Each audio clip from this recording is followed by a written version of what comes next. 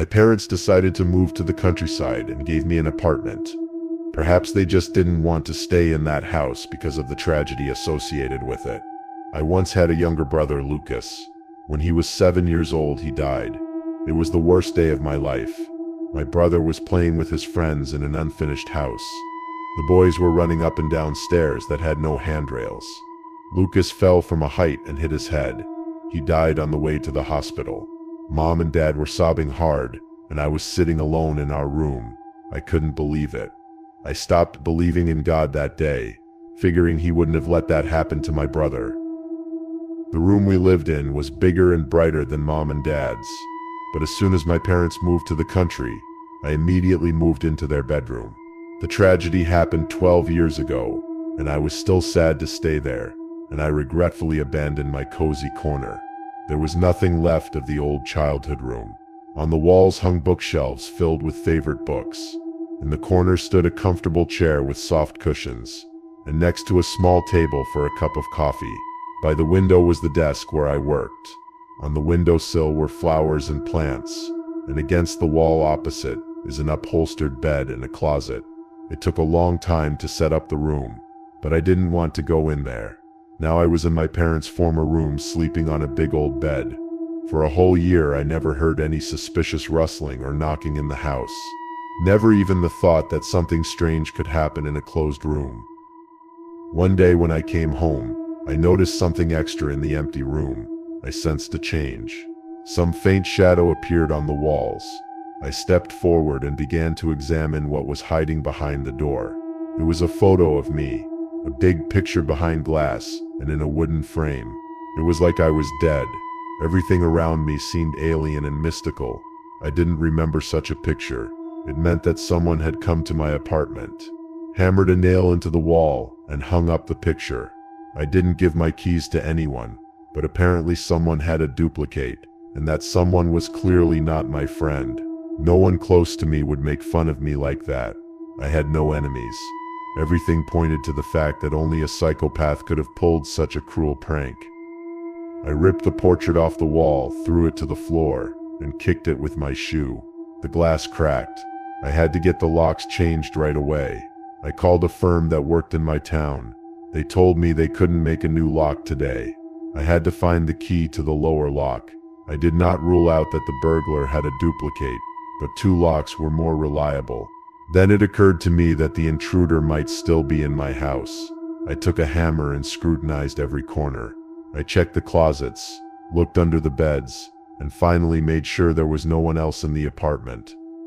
I stayed home the rest of the evening.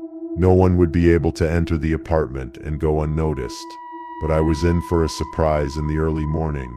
I was used to living alone. I could wake up to any rustle, but there was a rumble. A door slammed in an empty room. I woke up and immediately threw off the blanket and tried to open the door, but it was jammed, or someone was holding it from the other side, or maybe it was blocked by something. I knocked on the locked room, but there was no response to my threats to call the police. You could hear breathing in that silence, but there was no sound. I yanked the knob again. Maybe it was jammed from the sharp blow after all. I thought about how to look into the room without breaking the door, and I remembered the selfie stick I'd recently found among my parents' things.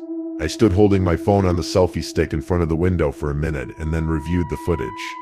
I was in for a disappointment. The curtains in the room appeared tightly closed. There was another way to peek into the room using the phone's camera. Put it in the slot under the door. I knelt down in front of the door, opened the camera app and set it to record. Someone behind the door snatched the phone from me. Now I had an excuse to call the police, and I hoped the neighbors would help me with that.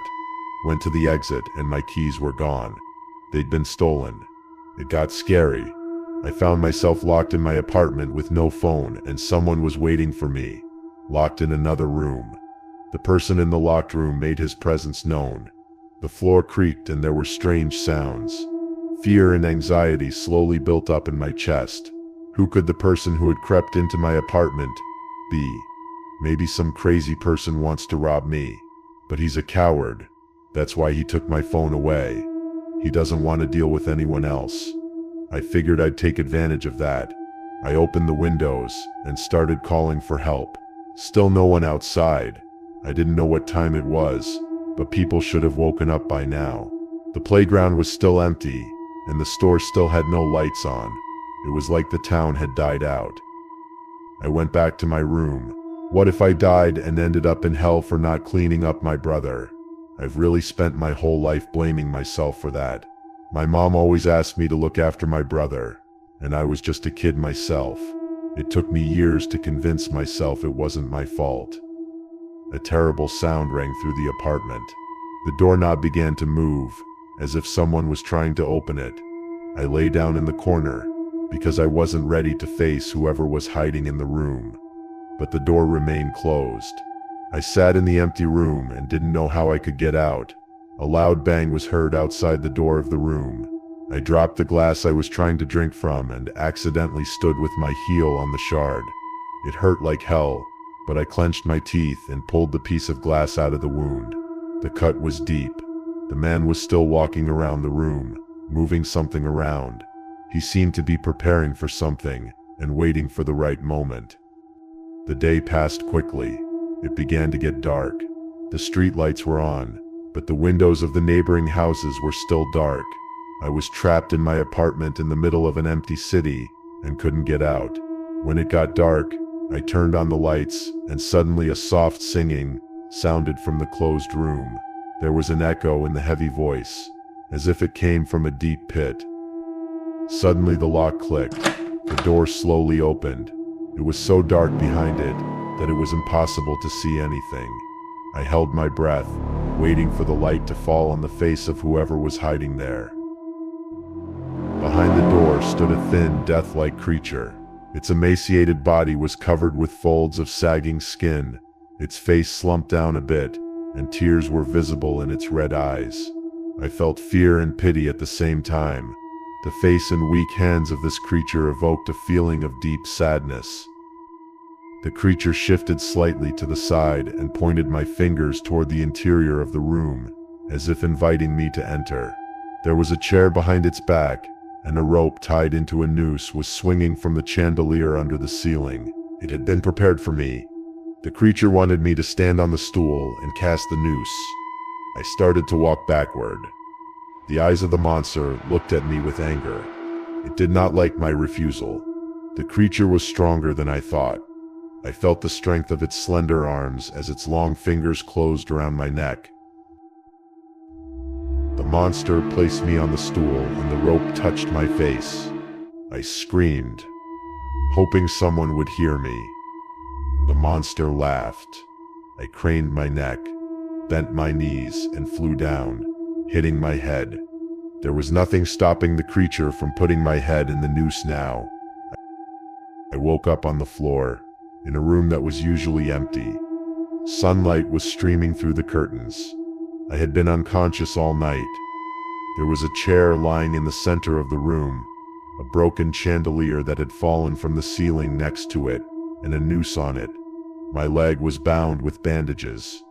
Holding my aching head, I picked myself up off the floor. On the desk were the keys to the apartment, and the phone. Birds were singing outside the window. Somewhere far away, cars were making noise.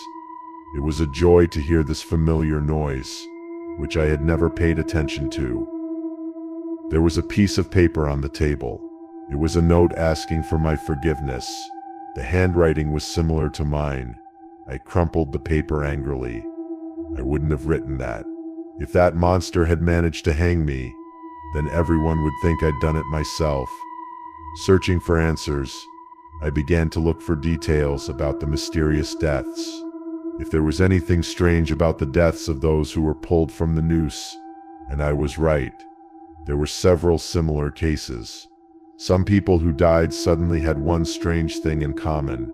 Shortly before they died, they told their loved ones that a portrait had appeared in their apartment, a framed photograph of themselves, and then a day later, these people were found dead. That monster preyed on people who'd been through something terrible, violence or the loss of a loved one. One day you'll come home and see a picture of yourself with a black ribbon on the wall. Don't think it's a joke. The crying monster has chosen you. Don't be alone and try to avoid meeting him.